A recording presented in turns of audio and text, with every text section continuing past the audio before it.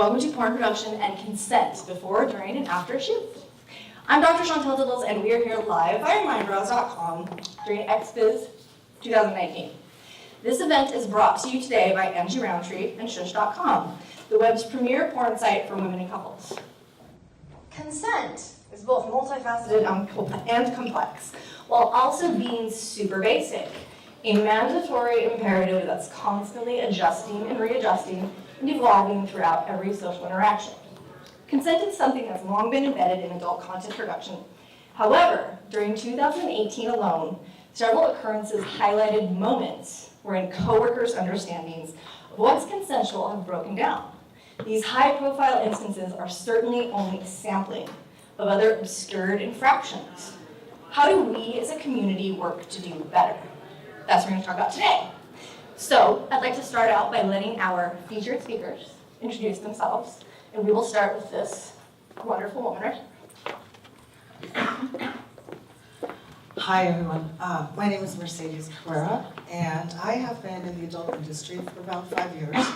Prior to being an adult performer, I was an engineer, and I did that for about 7 years. So I kind of came to this industry with a different background than a lot of people, but one thing I've learned in life is consent exists everywhere, so I'm very grateful to be on the panel today. Thank you so much, Dr. Casey. I'm Casey Calvert. I'm not standing up because I'm lazy. I have been a fetish and BDSM model for 9 years now, shooting hardcore porn for 6. And I am also a custom video producer. I'm Casey Kisses. I've been in the industry for about 3 years, mainly as a performer and as a webcam model. It's my first time speaking on a panel, and I feel like I have a lot to say about the subject, so kind of excited and super nervous too. Oh, me already. Hi, I'm Janet Scribbett. I've been a performer for a little over 5 years. I started producing things sort of recently, and yeah, I've been a performer since I was 18 years old, so my entire adult life I've been in the adult industry. So I have had it shape my experiences in a sort of unique way. Well, unique to us, because a lot of us have that same experience.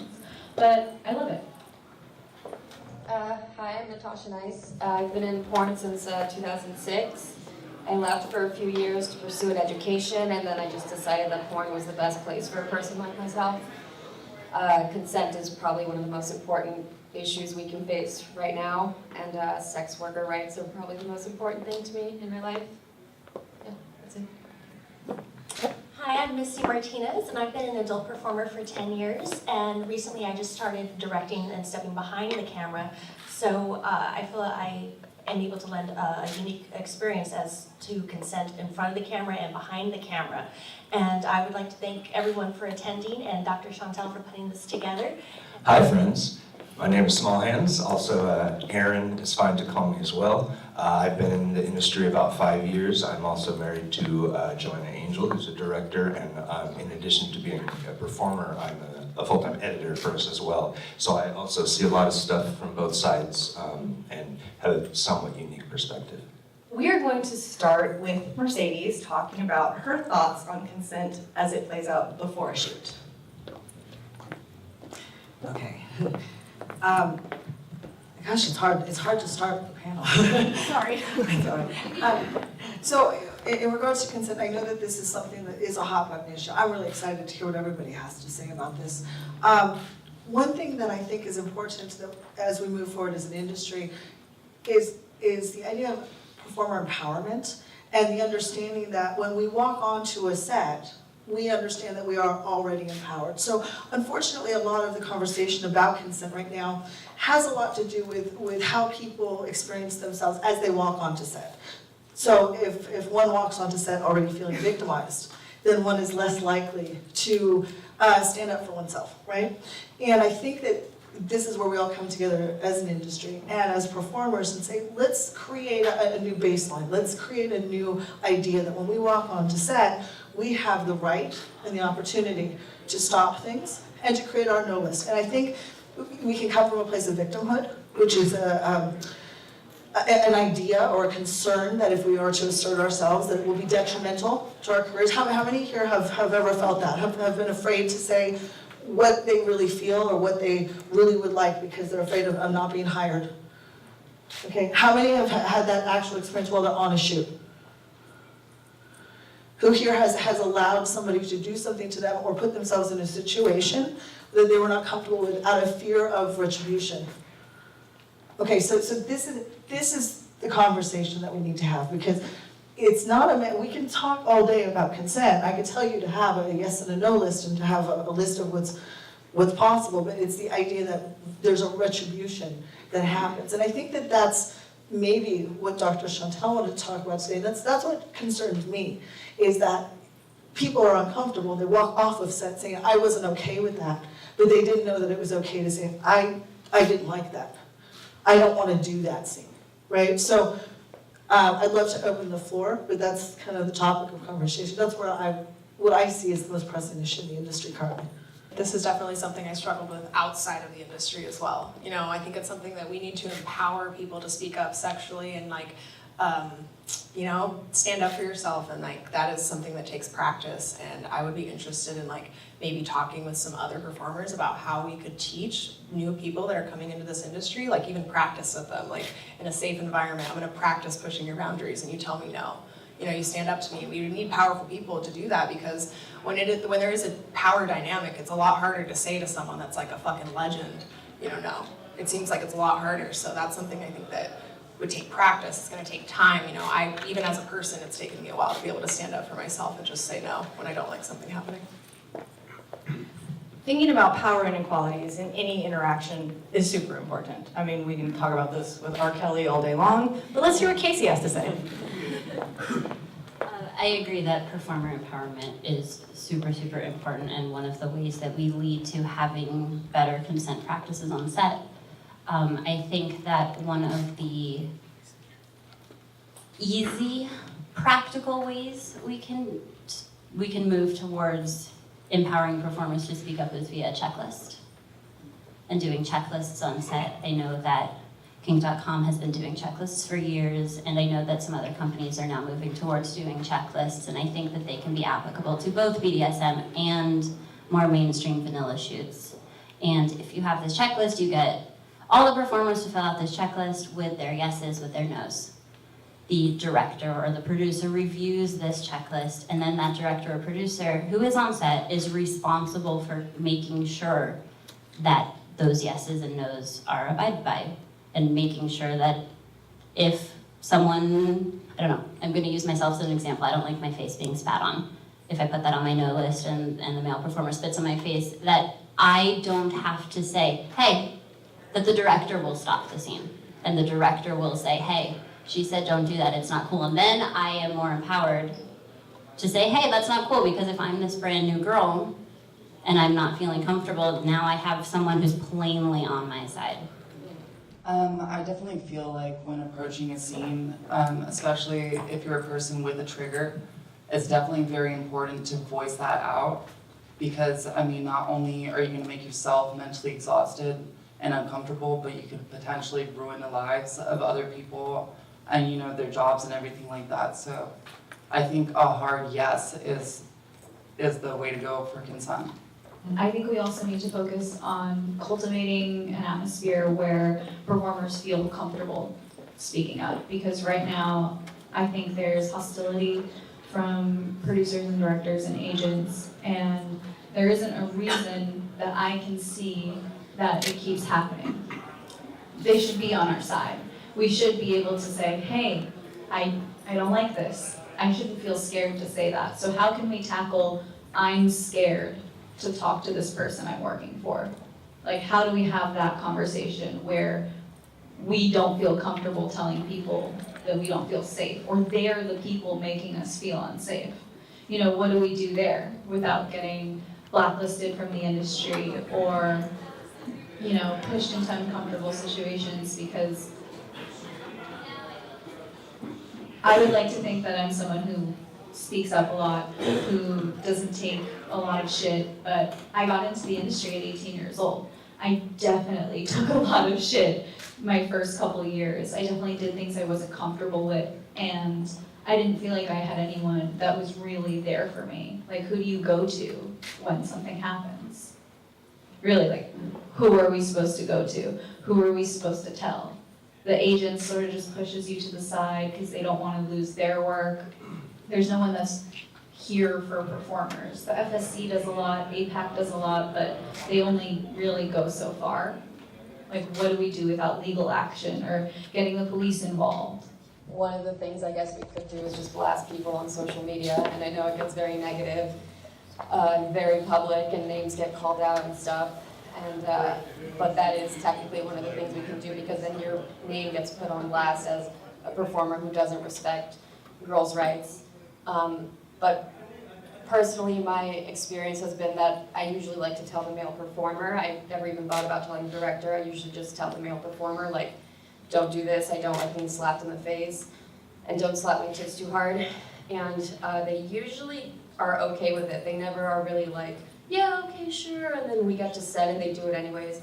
And it goes back to what Mercedes was saying, is like, you need to walk on set and be that person who's like, don't fuck with my consent. So if you show yourself as somebody who is going to say something, if they do disrespect your consent, then they're much less likely to disrespect your consent. The biggest thing I can say to any performer, including myself, is your safety, your comfort, and your health is not worth a paycheck with as many zeros and commas that you can think of on it.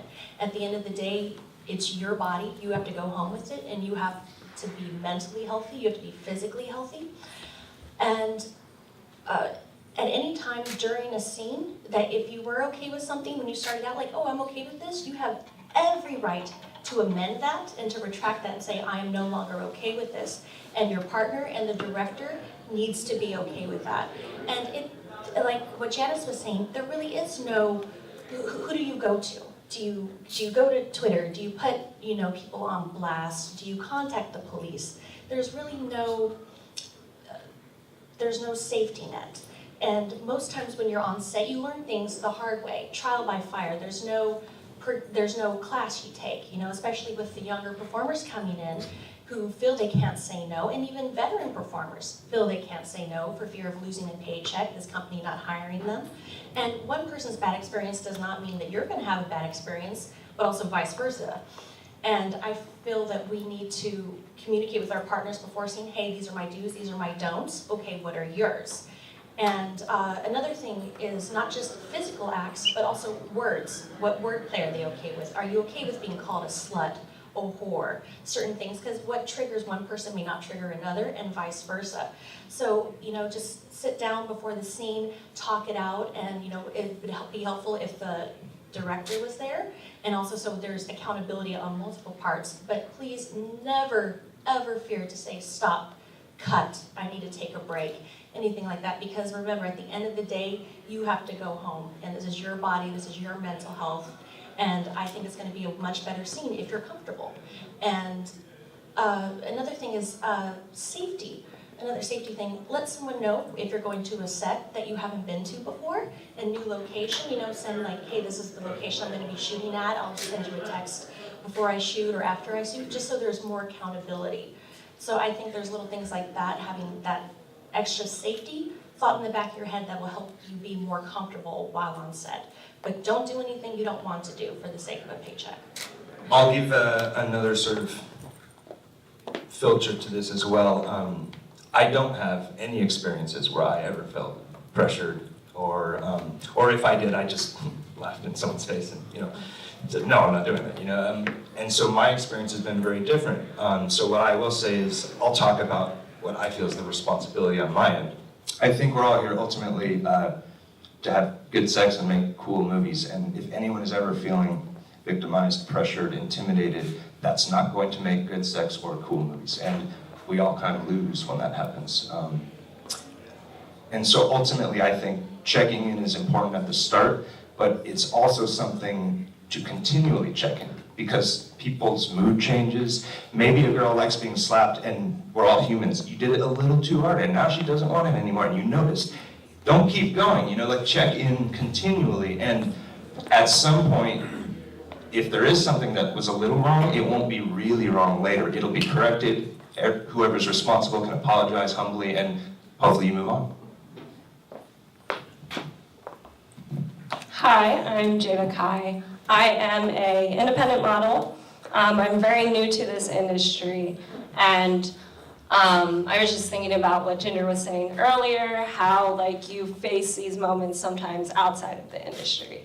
And like when you're being pushed into something and that moment comes, a lot of the anxiety in the moment is like, you don't know how, like you're worried about having to explain yourself throughout the scene. So I think something that needs to be discussed before every scene is like what you are going to do when something happens. Being like, okay, stop. Like having a safe word in a sense, but not necessarily like, okay, once you say your safe word, don't worry about it. We'll just move on. We'll skip that. And that way I think the model will feel like, okay, I don't have to explain myself. I can just say stop, and then we can move on to the next thing.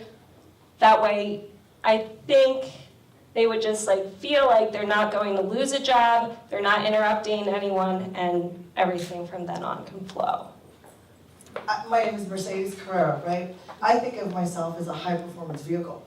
and I'm not kidding about that. I use that analogy because I'm not going to race around the block. I'm going to go to Le Mans, right? I'm going to take the top tier racetracks in the world. And part of that is going to be able to push myself to a limit that other vehicles may not get to, right? And part of that is also the maintenance of myself, right? So in order to be that high performance vehicle, do I get an oil change once a year? No. Do I check my air filter once every 5 years? No. Part of it as performers is also being responsible for ourselves, because as much as we may like the driver that is in the seat of the car right now, we may or may not know how they drive. So we create our parameters ahead of time, and we're responsible for our own self-care. If we do that, so I love that the fetish community has checkboxes. I think that's a wonderful standard, and I think that we should implement that everywhere. But also, having the opportunity to say, hey, look, I am responsible for me. Because if I drive up to the mountains when it's snowing and I don't have chains in my vehicle, I'm SOL, right? I could call AAA and hope they're going to bail me out. But ultimately, it affects me more than it affects anybody else, right? So I love that we can have accountability. But I really believe, having been on multiple sides of the industry, that I don't believe any producer or any director or any male talent wants female talent to be uncomfortable. I think, unfortunately, a lot of us come to this industry with our own personal wounds because we are human. And if we feel disempowered in our lives, we bring that to set. Because how many of you feel like you weren't necessarily heard growing up? You weren't cared for, right? How many of you feel like your voice didn't matter? It doesn't matter. Right? So if you have that belief when you come onto set, then that will be your experience, right? So part of it is going, if I want to be the high performance vehicle, how do I push myself while also understanding my limits? Because I don't want to crash. I just want to be able to give a damn good race, right? Hi, I'm Dan Ho with Porn Star Platinum and Transerotica. Although there's a lot I have to say on this subject, I'm just going to keep it to one simple question. You as veterans in this industry have a lot of power. It's what concerns me are the new models that are coming through. How do we get the message to them to give them the power? Because we all have those stories. Every veteran I've ever talked to has been in that situation where they felt uncomfortable. They had something happen that they didn't want to happen. How do we get a campaign going to get the word out to those newbies in this business to empower them and get some real message to them? So first, to address that question, I think a greater sense of community and getting together would help the adult industry, and especially in terms of how specific our community is. Like, we don't get together unless it's things like this or we meet on set. You know, unless we're friends, we're not hanging out together unless it's work. And it's hard to only interact with people online or on a specific set for 5 hours one time a year. You know, we don't have each other in the same sense as other coworkers. We're not working in the same space day after day. But Something that I also wanted to say is we need to have a conversation about respecting performers' boundaries and not, I guess, making fun of people who don't like certain things. I found that on set, I don't like excessive saliva, and people are like, oh, okay, like making fun of me, like, oh, you're a porn star and you don't like spit, haha. And it's hurtful because it's just something that grosses me out. Don't you think my job would be easier if I was comfortable with a bunch of saliva? I would be able to do so much more. But there are scenes where like a guy will like lick me and you can see me like cringe or like shrivel up. And some people don't respect that as a boundary because they think that it's not extreme enough for me to not like it. How do we talk about things that we're allowed to say no to? I personally don't really like shooting incest scenes, and I'll show up to set and they're like, by the way, like it's your brother. And I'm like, okay, but I didn't say that I was okay with that. And they're like, well, it's an incest website, so we're gonna have to cancel the shoot now. I'm like, okay, well that's kind of your fault. You didn't tell me. I'm allowed to not be comfortable with scenarios or words or whatever. We're allowed to say no for any reason, and we need to have a conversation about respecting that and making people feel strong in saying, hey, I don't like being slapped, I don't like being choked, I don't like my hair being pulled. She might like triple anal but doesn't want to be spat on. You know, whatever it is, we need to start respecting people's boundaries and having a conversation about not being jaded and cynical, because I find that a lot of us are. We're like, haha, you couldn't even do that. And I even find myself being that way sometimes because it's just how the industry sort of goes.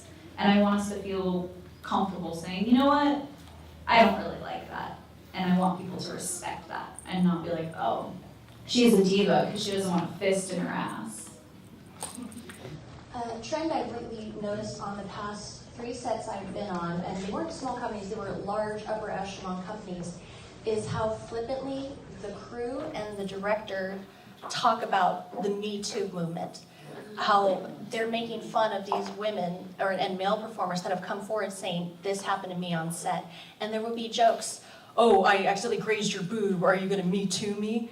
And it creates a hostile environment that makes you clam up. Oh, I can't say stuff because I'm gonna be a laughing stock. Or are they gonna talk shit about me on my next set? And you know, if you know me from Twitter, you know I joke about everything. I don't really have a filter, but there are certain things, there's time and a place, and in today's climate, you need to do everything in your power to make your talent feel comfortable and feel that it's a safe environment for you to be able to voice your opinion. But it's extremely disheartening to hear the way they talk about female performers, and I only say female performers because I haven't, you know, personally heard about things with male performers yet, but this includes male and female. But, you know, choose your words wisely because we're there on set giving our, you know, blood, sweat, and tears, and we want to be able to feel that we can say no without being made fun of. And if someone's making fun of someone that, you know, has rape allegations or allegations of abuse, why would I speak up? Why would I say no to something? And so I think we all need to be a little more empathetic and choose our words wisely on set, because what you say can affect what someone chooses to voice their opinion on and chooses to say, hey, no, stop. Hi, my name is Chrissy LeBlanc. I have a slightly different perspective. I'm not in the mainstream porn industry. I'm more of a porntrepreneur. I do camming and video clips, and my partner and I work together with other models a lot. We do a lot of threesomes and group scenes. I do girl shows, but we work with a lot of other models. And I kind of want to touch back on what you were talking about with your checklist. It's something that we've done for years. We found like a BDSM checklist, like somewhere on some website that was really comprehensive and went over like all the kinks and fetishes. And whenever we find a new model to work with, that's one of the first things we talk about is, you know, don't get freaked out by anything on this list. You don't have to be in it, like, you know, most of these things. But we want to know where your boundaries are because everybody's so different. So that's something that we talk about early on before we ever, you know, like get even on set. we're in a unique position to be able to have more like long-term relationships with a lot of people, so we get to have more conversations. But we still, like the day of, when girls come to film with us, come to cam with us, we ask like, okay, so we already know what your general boundaries are, but how are you feeling today? We always check in the day of, and I feel like that's important too, because that changes. And we have people do that checklist again, like 6 months later, and see if things have changed. So it's an always changing document, and I can tell you from personal experience, if you really haven't had issues with consent, we've gone over safe words and also like a pause word before you get to the safe word. If you're in the middle of a scene and something is off, you can say pause, everybody freezes, you say what's wrong, and then you can keep on going. And it really does work very well. So I think a checklist is an awesome idea that is so easy for people to implement. That would change a lot. A little bit of my background, I was a process systems engineer. So what that means is you have process flow when you do engineering things, right? Things happen in a certain order, and we kind of predict certain outcomes, or we look for them, right? So whenever you have a process, the part that always fails first is the people part. Because I can program all the machines, I can program all the computers, that will probably work well 99% of the time, but the human element is the one that tends to fail. Not because people want to fail, but because they maybe are missing a part, or they're used to a certain system, right? So when you talk about something like Me Too, or you talk about directors on set, when people are approaching something flippantly, it's not that maybe they don't care, it's that maybe they're uncomfortable. Because we're in an environment that is highly charged, and we're doing things that are unusual. And sometimes I think there's a lot of off-gassing that happens. And so from a top-down level, process would be from the company saying, hey, there's a checklist, right? Or hey, I know Groovy just put out a code of conduct, I love that, just saw that the other day, and they're here, they're fantastic. So coming from the top down, understand that there may be points of failure down here on the ground with the workers. Now, how do we approach that in a way that is not accusatory, but rather is, okay, hey, you know what, I know you guys are joking about Me Too, and it makes you uncomfortable because you work in the field of sex and you don't want to be accused of something, but how can we joke about it without making me feel unsafe, right? Because I think that, I believe, and I think most of you, how many of you feel like this industry is kind of a big family? A big dysfunctional family at times, but a big family, right? Right? A lot of us have nobody else, right? Who here? I think you guys are more my family than my own family, okay? So understanding that, coming from a place of being generous emotionally and saying, hey, did you say that to hurt me or to make me uncomfortable? Or did you say that because you're uncomfortable with what's happening? Because I really like you, but I don't want to feel uncomfortable on set. Being able to voice that from a place of authenticity without being accusatory. Because I think that when we get into accusations, this is where we have careers that are destroyed. This is because somebody was afraid to say something. And that their fear may or may not be valid. We don't know. So coming from a place of neutrality, as opposed to coming from a place of assuming that everybody's an adversary. Why is it incumbent on performers, and women generally speaking, to speak out about a situation where they are not the one in power? It is our responsibility as studio owners to be treating people with respect, to have a code of conduct, to have a talent advocate who any model or person on set, any crew member who felt uncomfortable about something can reach out to as a neutral party and let people know what's going on. That's what we do, and we think that it works really well. I'm happy to talk to anybody about our model afterwards or in the next panel about studios. I feel like a big part of consent for producers anyways is to know which models you're working with and what type of models you're working with. In the LGBT community, at least, there's tops and bottoms, and to know who exactly you're hiring is a big, important part of having good chemistry on set. And I guess for the performers as well, it's important to respect somebody's opinion, not to sleep with you, because I've been in situations where there's people that I don't want to sleep with, and I don't take to social media to blast them for not wanting to sleep with me, and I hope they respect my decision to be the same. Hi, my name's Ben. I do Tantra Punk Productions, and I actually come from the psychedelic sexual shamanism and Tantra field where there's a whole lot of violation of consent, and so I've kind of entered the porn industry to bring the camera to those ceremonies to have more accountability for people in my field. And I know it's the biggest edge case and taboo to have any drug use on set of any kind. So I'm curious what people in this industry really feel about the changing of laws around cannabis, and hopefully next, the kind of trauma healing that will be facilitated by psilocybin and ayahuasca for sexual healing in an adult performance context. Does anybody want to speak to that? I actually do. Hello.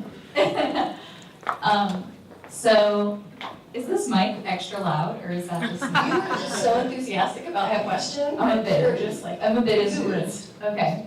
So I personally do ketamine-assisted therapy. So I do ketamine in a clinical setting with a doctor. And I think that that's something that's going to need a lot of trial and serious, like, not to say sterile, but very serious sterile environments where every step and move is accounted for with active consent of the people involved, you know? Maybe not for distribution at first, but that's something that you also need to discuss with a lawyer because it depends on the local laws in the area that you're distributing in. It depends on the federal laws because a lot of weed legal states have even had this issue because it's not federally legal. They're blocked on a lot of levels like banking and advertising and things like that. So we're sort of getting away from consent and porn, but just to address your question. We actually have a question from Twitter. So we're going to reach out into the Twitter sphere for a second here, and Casey's going to answer it for us about establishing a bond of trust between the producer and actors, because this person has heard of horror stories when some liberties have been taken between people who trust each other. It is on BDSM set, yes. Okay, so the question is talking about specifically on a BDSM set, which I feel like changes the answer to the question. Doing a BDSM scene touches and plays with things that you don't get involved with when you're doing a regular vanilla scene. You get into headspaces and emotions that don't usually, not always, but don't usually come up when you're shooting for, I don't know, Naughty America. So I think the best way and really the only way to establish trust on a BDSM set between talent and producer and talent and director and talent is communication. I think that whatever you can do to facilitate communication, whether that be a checklist or whether that be a sit down on set with a director and a performer and talking about this is what we're going to do today. What do you think about what we're going to do today? What scares you? What are you excited about? Things like communicating before the shoot, what's going to happen in the shoot. So the company providing information to the talent through the agent or directly to the talent, this is what you're getting into. Please go look at our website and see the kind of content we make. Please know that that's what will be expected of you when you arrive on set. And if you're not comfortable with it, please tell us now. There will be no hard feelings. Better to communicate that before the shoot. And then I think it's just continuing communication throughout the shoot and checking in and pausing and water breaks and checking in after the shoot and even potentially a follow-up the next day and seeing, how are you doing? Because you start getting into things like subspace and subdrop, which can affect you not on the day of the shoot, but potentially the following days.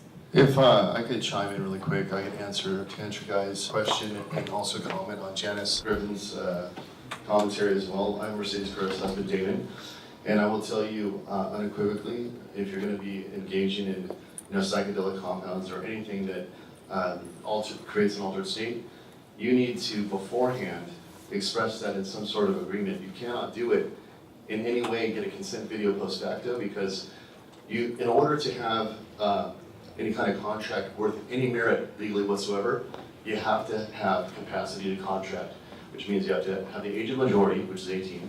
You have to be, you can't be of unsound mind, which means you have to be psychologically stable, or you cannot be under the influence of any drug or compound that would affect your ability to make a rational decision. So that is the barrier there. It has to be handled way before, but anything after, you become inebriated or, you know, you're tripping out on some sort of mushrooms or ayahuasca or otherwise, that consent video, if you're doing any kind of post-facto video or any kind of contract or acknowledgement afterwards, is completely bogus. So that's a consideration that everybody needs to be aware of. Thank you. I'm a director and a performer in BDSM films, and I actually jokingly have we did a campaign once of me meeting the meanest motherfucker on the internet. I start everything, even with people who I've worked with for years, out with, today we're only gonna do what you want. Today nothing's gonna happen today without your full consent. And even though we start, and to go to what Casey was saying, when we start with this big long list of very detailed, I want this, but I don't want this, and I'll take this, but I only want a little of it, and I like being called names, but don't call me fat. Like all of these things we sit down and talk about. Then we discuss it in the middle of an interview that goes public. It's part of the shoot. So there's none of this behind the scenes just for legal reasons.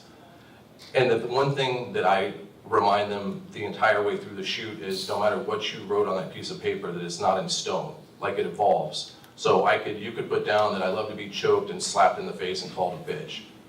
If I come in and put my hands around your throat, slap you in the face and call you a bitch and it's not sexy that day, we're done. There's no questions asked, there's no repercussion.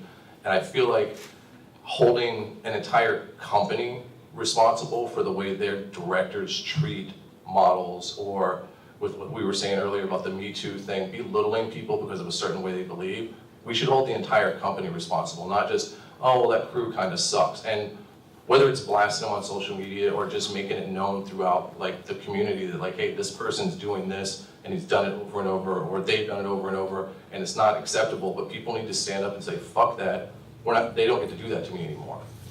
But it also needs to be with the empowerment that we know we can go to a CEO or an advocate of the company and complain and say, this is the way I was treated on this set, and this wasn't right, and I want it to be formal. I want someone to know about this, and I want something done about it besides saying okay and dismissing the model.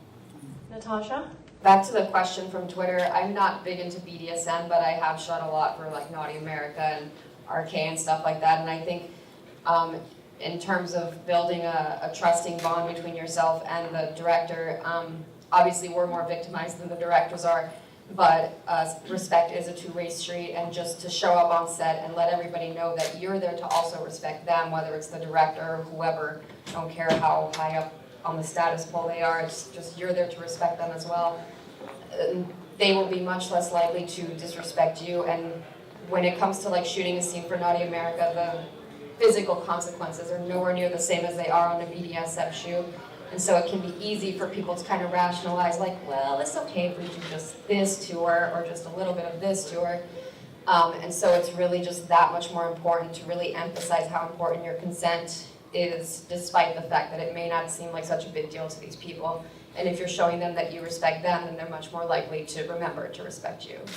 Hi, my name is Crystal. I work for Groovy. I just want to touch upon what Allison and JP said. Let me just be clear that I work on the production end, so I want to talk about production responsibility. When I think about what happens on set, we try to be very mindful that there's a powerful differential, right? And we want to make sure that performers are empowered. So how can we make that more equal? And I think something that JP said has to do with transparency.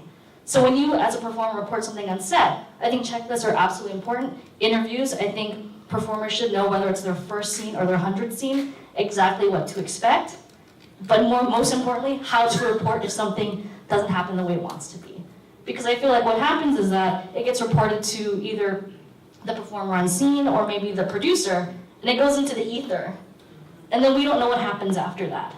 But I think that it's absolutely the responsibility of the production companies that performers know. When something happens, who do you report it to? That's a talent advocate like we were talking about, right? And what happens after that? We have to be accountable and we have to keep our performers safe, and it's our responsibility. So I think that there needs to be way more transparency. Kink is absolutely wonderful with their sign-in, sign-out video, like their sign-out videos, and you're made to feel very loved. I don't come from a BDSM background, so whenever I do BDSM, it's a very new and scary experience for me. And I recently shot for them, and they were extremely they honored all my limits and stuff, since I don't come from that background. So I would like to thank you guys for having such a wonderful model. with that.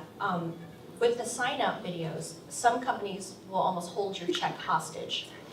What you say, like, you answer everything, and then they'll be like, would you shoot for us again? You kind of don't feel like you can say, no, I would prefer not to, or that, but like some companies, they will hold your check hostage where you feel you have to say, yes, I will shoot for you again, otherwise you won't get paid. So I think some of the sign-up videos for consent need to change their vernacular so where you're not put on the spot. So I think that's something like a small little change that can help with performer empowering, so you don't have to worry about, oh, am I not going to get paid. Bella? Hi, I'm Bella Bathory. I'm a fetish performer and I own a Girl, so I can only speak to what my experience is. I'm going to give a little bit of an example, not to play devil's advocate, but just to like speak on a learning situation that I had. In one of my earlier fetish shoots, there was a submissive that had a very obscure thing of like he didn't like his belly button touched. And we were playing and I ran my fingers down his stomach and I was trying to avoid it and my nail got in his belly button. And what happened was he stopped the situation, he was like, hey, whoa, and we stopped for 5 minutes and we were able to check in about it. On the flip side of that, what could have happened is he could have gone straight to social media and he could have said, this person violated my consent, this person assaulted me, fuck this studio, and I would no longer have had a career. And while I'm not saying don't call out problematic behavior, there needs to be steps between destroying something. Like there needs to be a talent advocate. And there also needs to be room for reparations, because there are degrees of this, right? It's not like somebody was like, I don't like anal and I shoved my fist in their ass. It was, I stroked their belly button. So this was 7 years ago, and then should this come out now, like in a negative way, what would happen with the Twitter storm is I would have been seen as a predator. I would have been seen as somebody who assaulted. I didn't listen to consent. So we need to create something more call-in culture than call out, and have more steps than just dragging people on social media. And that's a thing that I just like want to encourage across the industry is like be able to speak up. Like if you can't speak up to like a veteran performer, talk to a talent advocate, reach out to somebody at APAC, reach out to somebody like from SWAP like myself. I'm very involved in both like the sex work advocacy community as well as the porn industry. Reach out to Erica Lotus from FSC, we can help you navigate these things. But there's steps before tearing everyone through the mud, because what happens is like, if that happened to me, it negates an actual assault on a set. And so that's all I wanted to say on that. Hi, my name is Nina Paul. I am a mainstream performer. I own a clip store. I produce for a couple of the big companies now. So I kind of played across all parts of the space. And to speak to what Bella had to say about call-out culture versus call-in culture and the ways that we can use Twitter. I mean, as you said, there's so many steps before Twitter, but what a performer going to Twitter represents is a failure of top-down communication. If there is no avenue for them to go to you, often they feel that Twitter is the last choice. So while we do need to hold performers accountable for this, we also need to recognize that as companies, as producers, we have a responsibility to clear a channel and to explain this is the appropriate way to do that. But then more than that, to follow through when someone actually has a problem. And I think the best thing that you can ask when there's a problem that happens to someone on set, because to some degree it's gonna happen to us at some point in our life, professionally speaking, the best thing you can ask as the person in charge is, what do you need in this instance? Speaking to reparation and that type of thing, because there are various shades of gray. And to some degree, just hearing it acknowledged and saying, you're right, that was unacceptable, that was an error, something went wrong, we're gonna address what went wrong, and we are sorry, can go such a long way. It's so simple, but I think it's really important.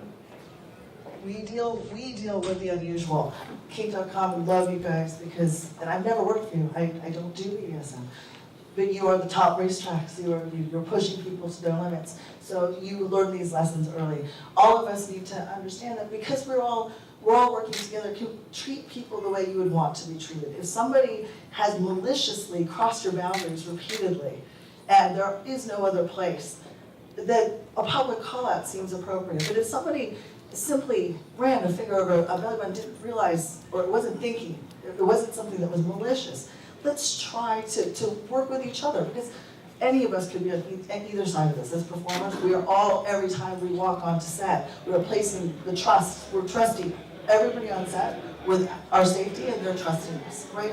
So just remember to be good to one another. It's that simple. If you see somebody who's maliciously continuing to break these rules, absolutely, then as a community we need to handle it, right? We are about out of time. This is a heavy, heavy, heavy, heavy conversation, and I thank you all so much for participating and being so willing to share.